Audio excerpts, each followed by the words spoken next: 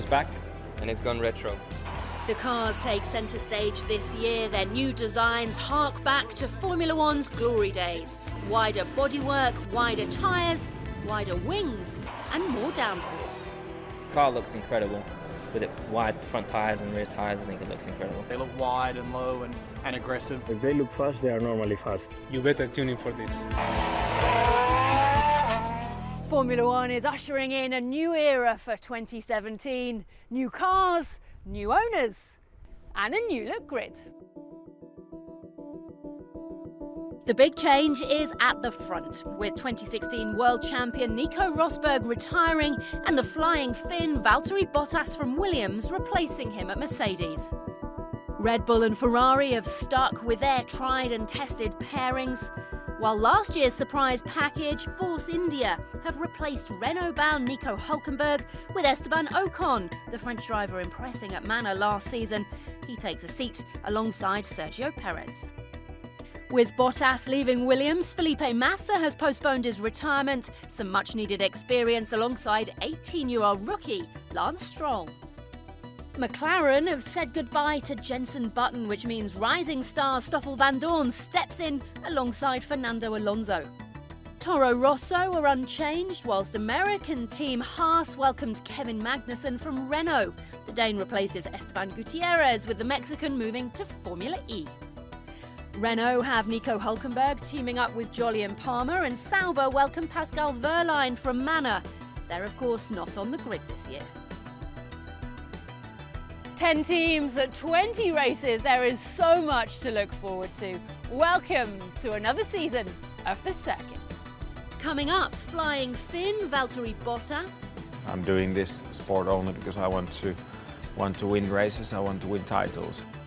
McLaren's star rookie Stoffel Vandoorne.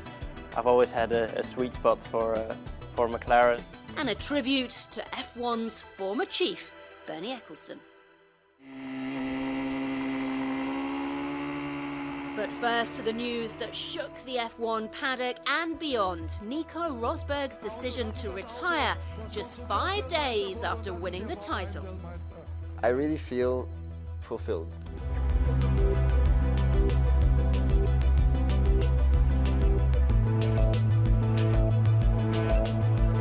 In the end of this year, it was the first time ever in my Formula One career that the title was in my control. And that's when the thought started to come that actually it would just feel awesome and the right thing for me, if I do win this and achieve my childhood dream, to then call it a day at that point. There were some people, presumably, who, like your family, who had an inclination that you were going to call it a day. No. Nobody at all? Just my wife, Vivian. Yeah. Because she was the only one that I discussed it with. But even her, she didn't believe me until I really did it. Who was the most shocked? Everybody. Everybody. But of course, then when I explained it, then it all made sense to the people who are around me. So, which I'm glad it did, and even the general public. I really appreciate that it was positively taken.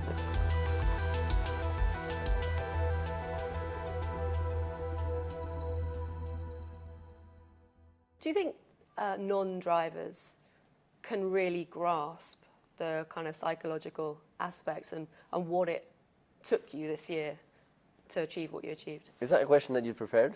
No. That was spontaneous? Mm-hmm. Very good journalistic effort there. Thanks. Difficult, but I think yes, because even in your everyday life, there are always challenges that are thrown at you, which can be extremely difficult. In the end, pressure and intensity was unbelievable. Seldom experienced something like that before. Because there's so much going on, and so much the intensity on the racetrack. The battle with Lewis, and with all the other guys. Then it goes beyond that. There's the whole team, the 1,500 people around us who are building these two race cars. All the media, media is massive, and that also has an impact because it's just so big. So there's so many different levels to it. What was the toughest bit to kind of handle from your perspective? To lose to Lewis the 2 championships prior to this year, it was very, very tough, and especially in the way it happened sometimes. Really not easy to handle, But even that I wouldn't change for anything, because I know that it's the struggles that make me stronger. You know, as long as I'm able to turn it into a positive power and really reap motivation from it, which I have managed to do, and I'm very proud of that. And my family helped me so much, because they all put racing as the #1 priority, and everything else was secondary. Had you sat down and had that conversation that, you know, Yeah. we are going to Yeah, prioritize this for this period Yeah, no, of time? definitely. Well, you have to. Yeah. For sure, yes. And Vivian was really understanding, and she was just full on the same path as I was, you know. What do you think your overriding feeling will be on that last weekend in March, when everyone's lining up for the Australian Grand Prix? How can I know? No, I can't know. I know that I'll be a fan of our sport, for sure. It'll be exciting to see the new cars and the battles and all that, so I'll definitely follow. I want to be involved in the sport as well, and say in some way or other. That would be great. Let's see in what sort of position. And I can just say that now I'm really feeling content with the direction I've taken.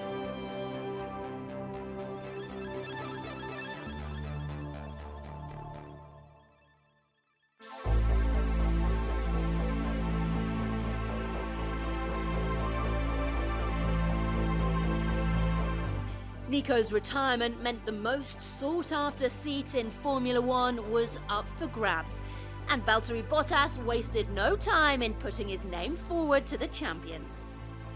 I have to say it wasn't that long until I called Toto after the announcement, so yeah. What did you say? Did you have your sales pitch ready?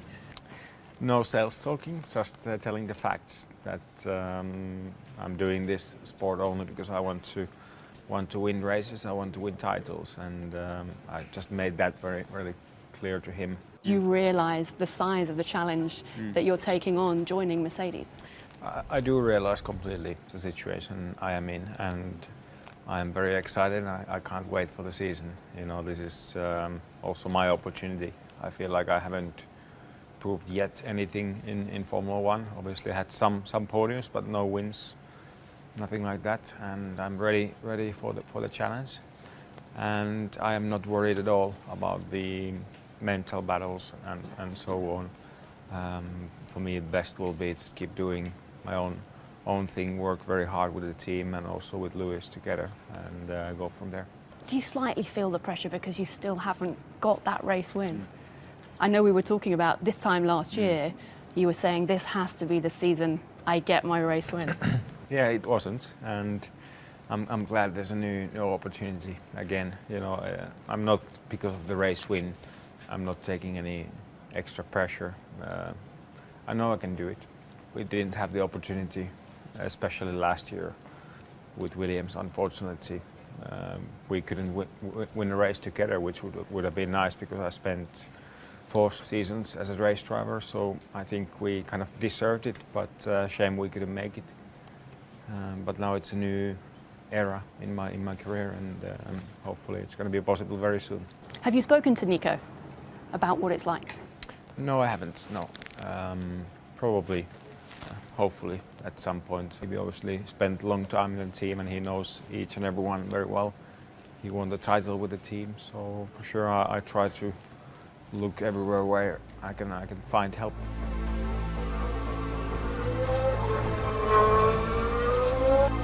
A lot's been said about maybe the challenges of being a teammate of Lewis Hamilton. What are you like as a teammate? Well, yeah, it's... Should he be fearful of you? Well, I wouldn't want to be my own teammate, that's for sure.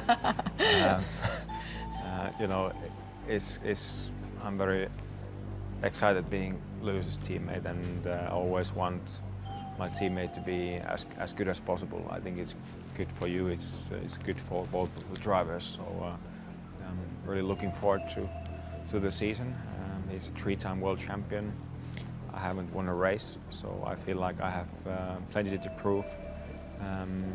Not much to lose. I think more to win. I definitely wanna go for the gold. You know, that's once you have the chance, of course, you need to go for it.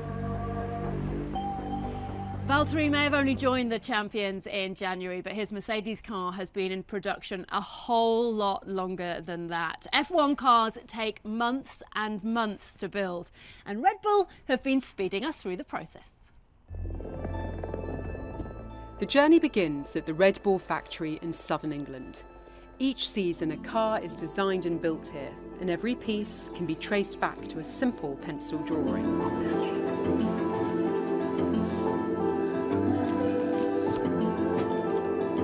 600 people design, test, build and assemble the 40,000 parts in the car using 3D software. The manufacturing side of the factory runs 24 hours a day, 7 days a week. As with everything in Formula One, speed is key. New parts can be designed and built in a single day.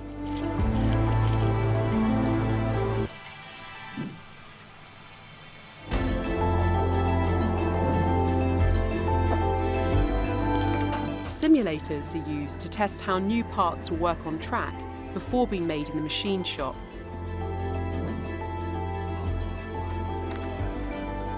Even the painting process has been designed with minimum weight and maximum speed.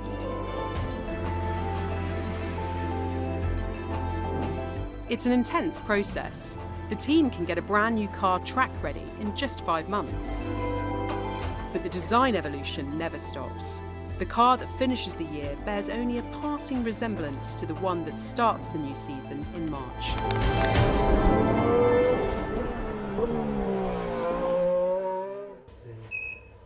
Coming up next, we put Force India's Frenchman Esteban Ocon under the spotlight.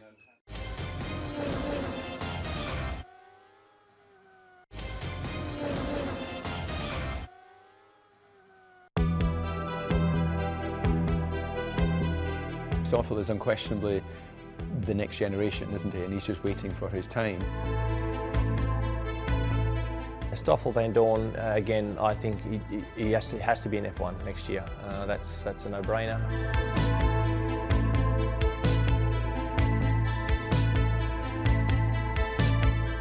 Welcome back to the circuit. We're at McLaren looking ahead to Stoffel Vandoorne's long-awaited debut season. It's always been a dream for me to be in Formula One, and I remember when I was watching television and seeing David Coulthard, Mika Häkkinen.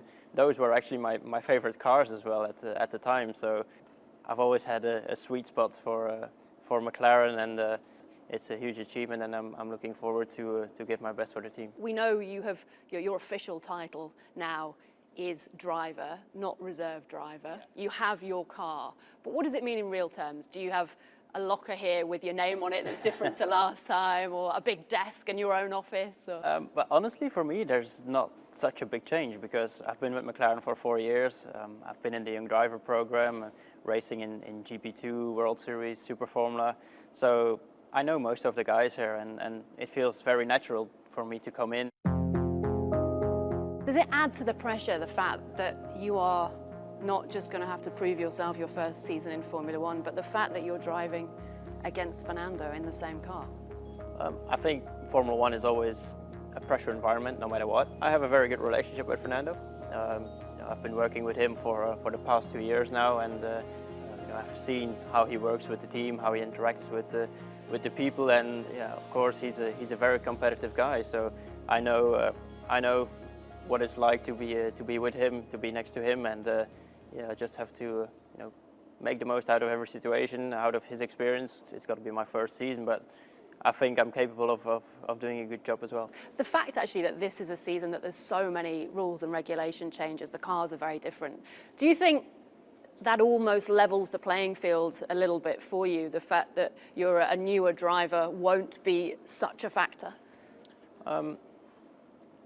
I think it's good for me to come in when there is some changes, because, like you said, it equals out the field a little bit. But in the end, experience still helps in every situation, and us drivers are generally pretty good to adapt to new cars when regulations changes.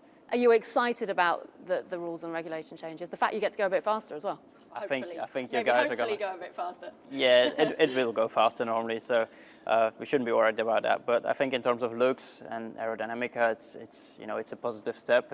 I think the cars look very futuristic and will be looking very cool, which is good for everybody really. And yeah, for us as drivers, we wanted to go as fast as possible, and it looks like it's going that way. How will you approach Melbourne? At some point in that weekend, you must have that moment of, here I am. You know, when you line up on the grid and 5 lights go on, at that time you're not really thinking too much about it. You're just getting on with your job and making sure you do all the procedures right, making sure you don't make any mistakes. I know once I get in the car, I'm very focused on what I do, and I suspect it will be the same in Melbourne. Are you going to become a lot more demanding now? A bit ruder, get a bit more attitude? I don't see why. You stay exactly as you are. Exactly.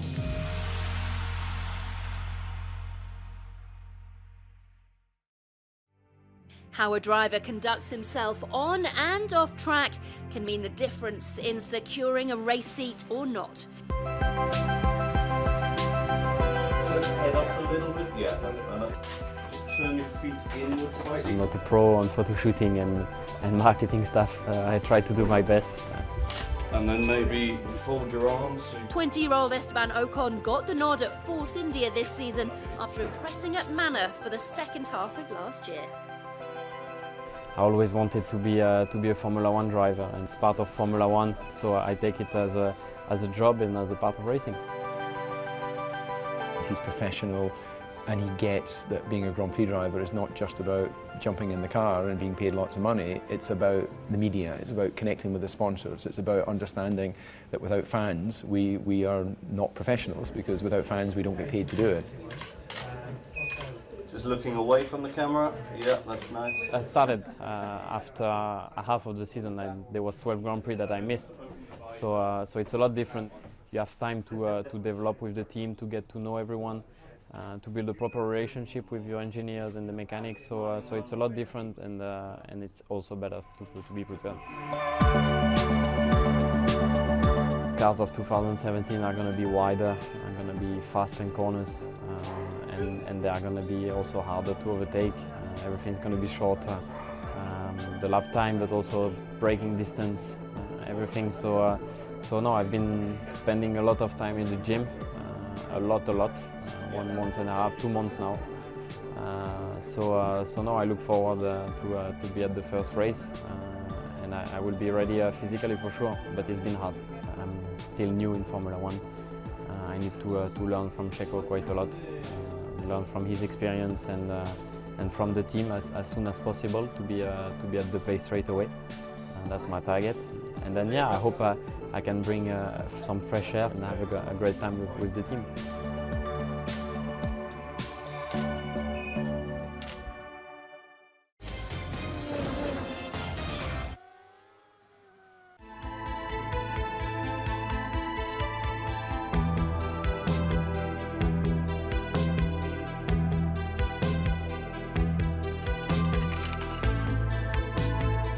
Twenty 2017 is a game changer for Formula One for many reasons, but the principal one being that it has changed hands.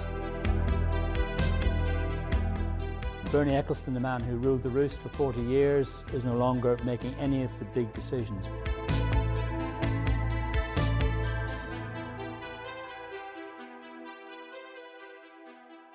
Bernie Ecclestone is a little man with enormous energy. And he used that energy to lift himself more or less by the bootstraps from being a second-hand car salesman to one of the wealthiest men in sport. If you're talking about Bernie Ecclestone's roles in the sport, he's actually played many parts, because way back in the day, I'm talking about the 50s now, he actually was a driver. Not a very good one, but he was a driver. But when he was racing, he realized that actually there could be a bit of business to be had there as well. He disappeared for a while, and when he came back as a team owner. He owned the Brabham team, and when he was doing that, he could see where the sport was going wrong. He could see where it needed to be raise its game to a professional standard.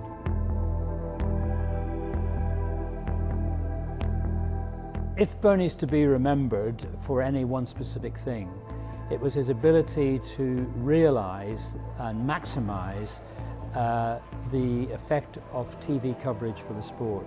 Because what the TV companies used to do was they would choose the races they wanted, the Monaco Grand Prix, for example, or the BBC would choose their home Grand Prix at Silverstone. So he said, no, if you want to do those races, you've got to do them all. We want coverage for all the Grand Prix we're doing, the 15 or 16 Grand Prix as it was at the time, and you have to sign a deal for that. So he just turned the thing on its head, and he made a template, if you like, for other sports to follow with regard to utilising television to the maximum, not only for the coverage, but also financially. Bernie was very determined, and he wouldn't take no for an answer. And so, of course, along the way, that got a lot of people's backs up. He probably was, without question, the most difficult man to interview, because his answers would be monosyllabic and evasive, because he really didn't want to tell you anything, because he didn't want you prying into his business of making money. One example, for example, of this ruthlessness was the 2000 British Grand Prix. Now, the organisers at Silverstone were trying to run the race, they were trying to negotiate a better deal for themselves. Bernie wanted more money. It got a bit fraught, so he simply switched the date from the traditional July date to April. And of course, the weather was appalling. Silverstone nearly went under, literally under the mud, but also financially as well because of that. And he had that power to do that. The spectators suffered as a result because they had to go through these conditions. He didn't care, but he got his deal done with Silverstone. So that gives you one little clue as to what he was like and to how he would upset some people along the way. The new company, Liberty Media, as the title suggests, they are very aware of how to promote the sport. They can see where all the faults have lain. They've got a guy called Ross Brawn in charge of the technical side. Now, Ross has won championships with Ferrari, Benetton and his own team. He knows what Formula One's all about. If you like, he's the poacher term gamekeeper. And he can see exactly what it needs doing. And it seems that they are going to do that. And Formula One was very much in need of it because it was rapidly losing its way. TV figures were down and it needed a boost, and I think we're going to get it.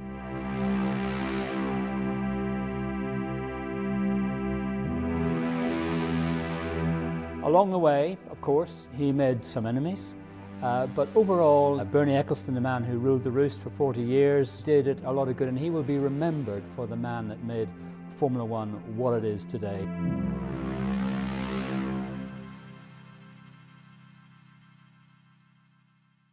So exciting times for Formula One under its new owners, Liberty Media. Roll on, Melbourne.